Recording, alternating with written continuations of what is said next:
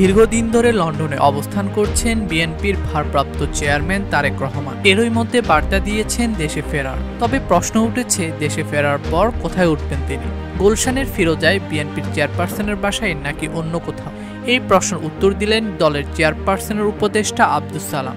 মারা যাওয়ার আগে জিয়াউর রহমানের কোনো বাড়ি ছিল না, গাড়ি ছিল না, ব্যাংক ব্যালেন্সও ছিল না। তেমনি তারেক রহমানের ঢাকা শহরে কোনো বাড়ি নেই, কোনো গাড়ি নেই, কোনো ব্যাংক ব্যালেন্সও নেই। তিনি দেশে আসলে কোথায় থাকবেন সেটার জন্য ভাড়া বাসা খোঁজা হচ্ছে বলেও জানান বিএনপির এই নেতা। রোববার রাজশ্রীনগরের পাঠানপাড়া এলাকায় কেন্দ্রীয় ঈদগাহের পাশের সড়কে এসে মহানগর বিএনপির সম্মেলনে বিশেষ অতিথির বক্তব্যে এ কথা বলেন আব্দুস সালাম। এদিকে দেশবাসীর উদ্দেশ্যে দেওয়া এক ভিডিও বার্তায় শীঘ্রই দেশে আসার কথা জানান বিএনপির ভারপ্রাপ্ত chairman Tarique Rahman. Desk report, Dainik দেশকাল।